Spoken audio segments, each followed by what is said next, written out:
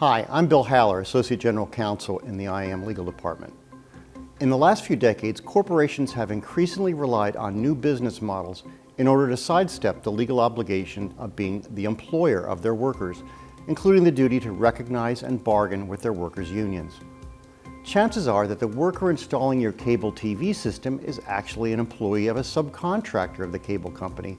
and that the worker serving you in a fast food restaurant is actually an employee of a franchisee rather than the company whose sign is out front. In such situations, the cable company or the fast food chain will generally deny that it is the legal employer and will refuse to recognize and bargain with the workers' union, arguing instead that only the subcontractor or franchisee has a duty to bargain. This strategy deprives workers and their unions from the ability to bargain with the large corporations that are actually controlling these enterprises, thereby rendering negotiations with the subcontractor or franchisee largely meaningless. Recognizing this problem, the law may deem a large corporation to be a quote-unquote joint employer with its subcontractor or franchisee, thereby obligating the corporation to recognize and bargain with the workers' union. In 2020, the National Labor Relations Board, then under the control of members appointed by President Trump, issued a new rule which made it much more difficult to prove that a company was a joint employer,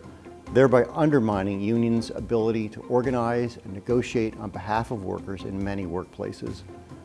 Recently, however, the Labor Board, which is now made up of members appointed by President Biden, issued a new revised rule for determining when a company is a joint employer.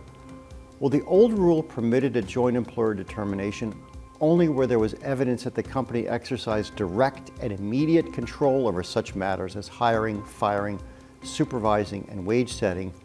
The new rule mandates that a company will be found to be a joint employer whenever it shares or co-determines such conditions,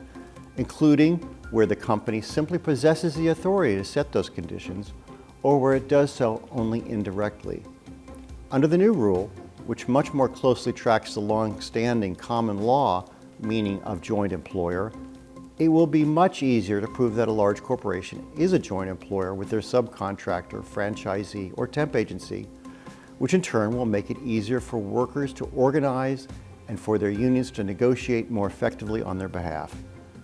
The Labor Board's new rule shows how relatively obscure legal changes can affect working people and how changes in political leadership are the ultimate cause of these changes.